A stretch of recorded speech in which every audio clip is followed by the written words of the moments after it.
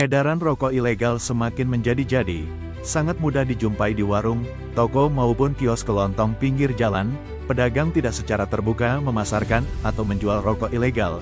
Mereka punya trik memasarkan rokok itu secara head-to-head ke pembeli yang singgah berbelanja. Harus kita ketahui pajak rokok merupakan salah satu penghasil devisa tertinggi di Indonesia, meskipun dengan polemik mengganggu dan merusak kesehatan. Pemasukan dari pajak rokok per tahun 2025 ini sebesar 12,10 triliun rupiah hingga akhir Juli dengan estimasi total 22,98 triliun rupiah.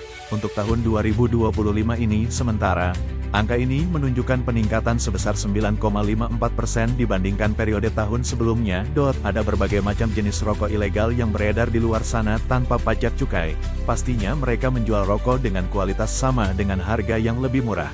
Pemerintah kita merespon melalui kombinasi pendekatan preventif, sosialisasi dan edukasi kepada masyarakat serta pelaku usaha. Penindakan hukum melalui operasi gempur rokok ilegal oleh Bea Cukai dan aparat penegak hukum terkait. Operasi yang menyerukan gempur rokok ilegal, kegiatan penindakan insentif yang dilakukan serentak di berbagai daerah untuk memberantas edaran rokok ilegal.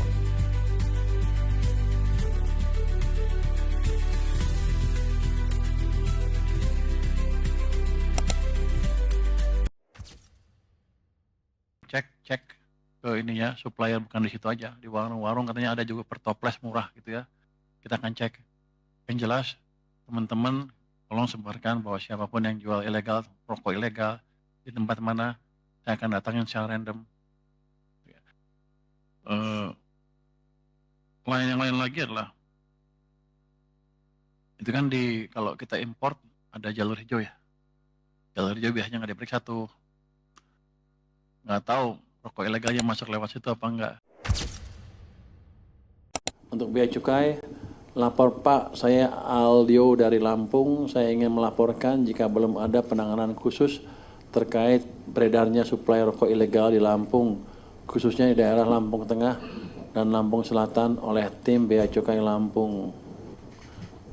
Rokok tersebut masih marak beredar terang-terangan di toko-toko grosir, toko agen besar, merek Krastel dan sebagainya daerah Bandar Jaya Metro dan Kalianda. Mohon sangat Pak tindakan tegasnya agar hal ini segera berakhir. Pak Dirjen gimana? Siap. Dari sini ya? Kita laksanakan Pak. Oke. Mohon dicek Bea Cukai Jambi juga banyak rokok ilegal masuk dari Tungkal, Kabupaten Tanjung Jabung Barat. Terima kasih. Sama ya Pak ya. Selamat siang Bapak, daerah kami pengurusan NPP BKC untuk usaha UMKM rokok kretek begitu susah, khususnya untuk wilayah Madura. Kami mengadakan cek lokasi saja, ada yang sampai 1 tahun belum terlayani. Apa tuh? Ini Pak, apa namanya, nomor untuk usaha rokok. Ditutup apa gimana? Kenapa susah? Bukan susah Pak, mungkin ada administrasi yang mungkin tidak bisa dilengkapi. Kita arahkan untuk dilengkapi itu Pak. Coba deh Siap. di follow up sana, jangan diajarin lah orang sana kalau ini. Dia kan kalau masuk ke sistem kan kita dapat cukai tambahan kan. Siap. Ini mungkin yang liar-liar mau masuk tuh. Siap. Oke, itu mungkin nanti kan kita follow up semua dari aduan-aduan tadi. Dan sekarang sudah saya kasih tahu kan, saya punya nomor khusus untuk menelpon mereka sehingga mereka tidak perlu takut lagi kalau ada yang menelpon masalah yang mereka adukan. Oke, lagi? Masih ada waktu Pak? Sebelah sana dulu ya, silakan jawab Pak, silakan. Langsung aja Pak. Oh langsung. Ya. Pak, mungkin tadi terkait yang laporan-laporan tadi itu dari pihak Bea Cukai dan Pajak itu akan menindaklanjutinya seperti apa? Kan tadi banyak yang bilang katanya tidak benar, terus habis itu yang tadi soal pegawai Bea Cukai itu juga katanya bukan. Nah itu prosesnya seperti apa? Mungkin itu dulu sih Pak, mungkin Pak, gimana mereka? Ini ketua timnya nih. Ya, jadi prinsipnya, ya, makasih Pak Menteri. Nanti prinsipnya yang menangani Inspektorat Jenderal, jadi supaya independen. Tetapi nanti pada proses pelaksanaan juga kita koordinasi dengan pajak dan bea cukai. Itu ya. Nanti sekali-sekali saya datangin orangnya. Dari berapa puluh yang tadi saya datangin, bener nggak dia kerjanya? Sekali ketahuan nggak ini, dia ngibulin saya, selesai dia. Tapi rasanya dia kerja keras. Tapi saya akan seperti itu. Kalau saya udah curiga kalau kita ngomong begitu, pasti orang nggak percaya kan? Karena yang mereka juga kita. Nanti kalau itu nanti setelah anda itu berapa puluh kasus yang anda laporkan, saya akan datangin orang yang saya telepon sendiri. Biar kontrolnya langsung dari saya. Random, biar dia pusing. Bea Cukai Bogor itu sudah melakukan penindakan selama tahun 2025 ini kurang lebih adalah 10 juta batang rokok. Itu baru di Bogor, Bea Cukai Bogor. Kalau Jawa Barat sendiri sampai dengan bulan September ini kurang lebih kita sudah melakukan penindakan 78 juta batang rokok. Puluhan juta batang rokok ilegal sudah disita dan dimusnahkan.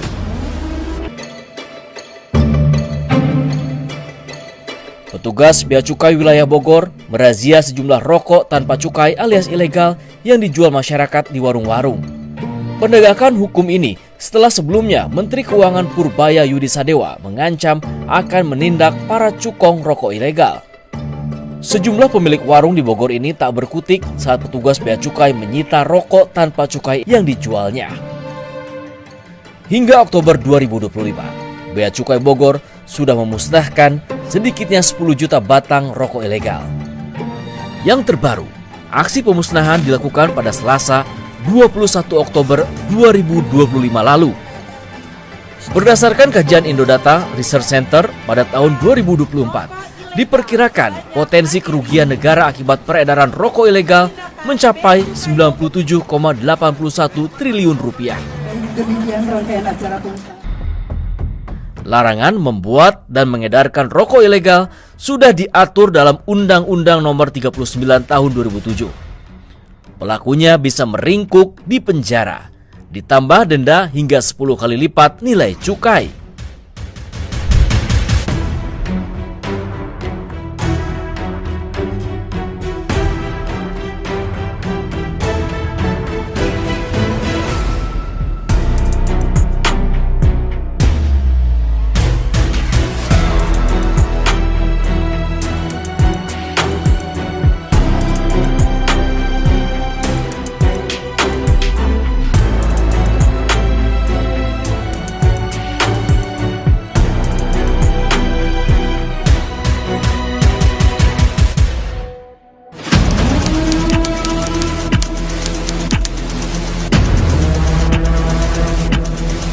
Jadi memang rokok-rokok yang melintas ke Jawa Barat, salah satunya ke Kabupaten Bogor itu berasal dari Madura, Jawa Tengah, Jawa Timur gitu ya. Jadi Jawa Barat ini termasuk Kabupaten Bogor bukan tempat produksi, tapi adalah tempat pemasaran dan pelintasan.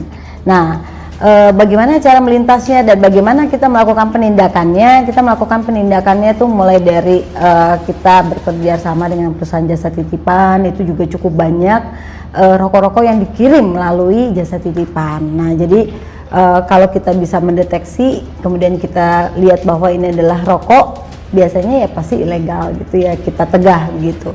Kemudian juga bisa lewat truk ya, kemudian juga bisa lewat bahkan mobil-mobil pribadi. Bahkan kemarin ini kita bisa menegah mobil sedan, mobil Alphard gitu ya, yang seharusnya membawa penumpang yang dipakai pribadi malah membawa rokok ilegal, saking masifnya rokok ilegal dalam waktu 3 tahun. Nah, kemudian rokok-rokok ini dipasarkan dari yang di truk tadi secara secara bertahap sampailah ke toko-toko, warung-warung, bahkan yang menjualnya sudah tahu sama tahu gitu loh. Jadi bukan dia membuka toko yang legal ya, tapi justru pembeli itu udah tahu di mana dia membeli yang ilegal. Oleh karena itu memang kita harus bekerja sama dengan seluruh masyarakat ya, bahwa edukasi masyarakat harus teredukasi ketika membeli rokok. Itu harus lihat rokoknya itu ada pitanya enggak, karena 95% rokok yang kita tegah itu adalah rokok yang tanpa dilekati bea cukai, jadi namanya rokok polos ya.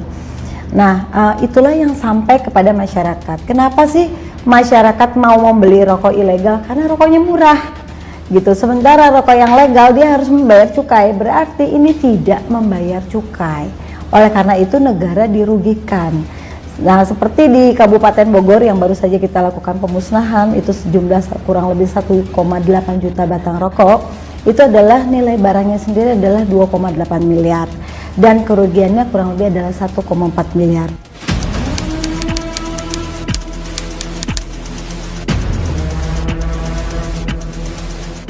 Itu sudah melakukan penindakan selama tahun 2025 ini kurang lebih adalah 10 juta batang rokok. Itu baru di Bogor, Bea Cukai Bogor. Nah, ya bisa kita hitung kurang lebih berapa kerugian dan nilainya. Nah, kalau Jawa Barat sendiri sampai dengan bulan September ini kurang lebih kita sudah melakukan penindakan 78 juta batang rokok. Kalau Jawa Barat urutan keberapa Bu untuk Indonesia sendiri peredaran rokok ini? Kurang lebih ketiga ya, karena yang pertama adalah di Jawa Timur, yang kedua di Jawa Tengah, dan yang ketiga adalah Jawa Barat. Betul, Jawa Timur, Jawa Tengah, dan Madura. Itu paling banyak produksi rokok ilegalnya memang di situ.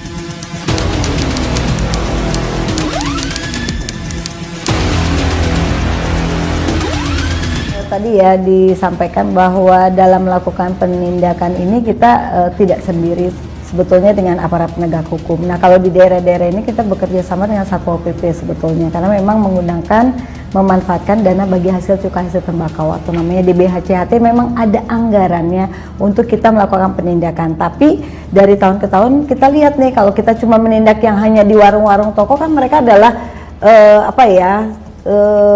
tempat terakhir ya, dan mereka mungkin kebanyakan ya dititip-titipkan saja oleh para pengusaha ilegal ya, pelaku usaha ilegal tersebut. Nah, memang arahannya coba kita gempur yang tempat produksinya. Nah, ini secara serentak kita juga melakukan, karena kita nggak bisa sendiri dengan aparat penegak hukum. Kita datangin nih, kalau begitu ada informasi dari masyarakat gitu bahwa oh di daerah sini ada produksi, mesinnya kita tegah juga sekaligus, bukan hanya rokoknya. Jadi mesin produksi dari rokok ilegal itu sudah beberapa banyak kita tegah, kita angkut, kita segel, kemudian juga termasuk rokoknya. Jadi bukan hanya rokok saja, tapi juga mesin-mesinnya itu juga. Nah, yang arahan dari pimpinan memang kita harus ke tempat yang memang produksinya harusnya lebih gencar lagi. Dan di Jawa Barat adakah? Di Jawa Barat tidak ada.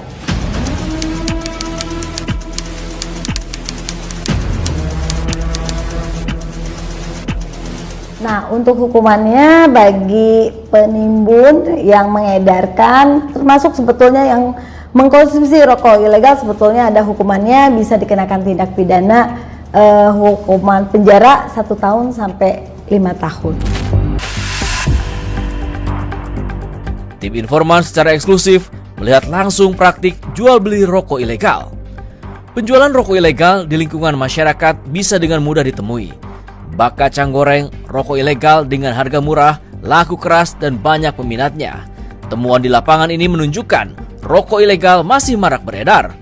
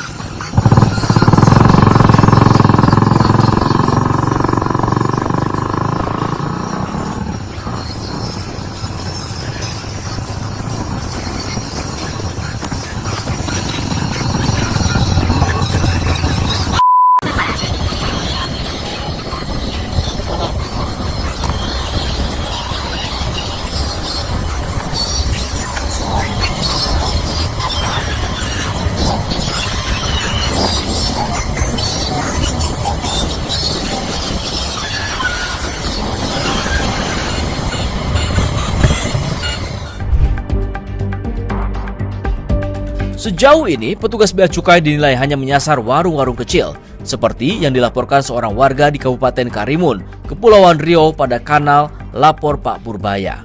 Sedangkan distributor besarnya tak tersentuh.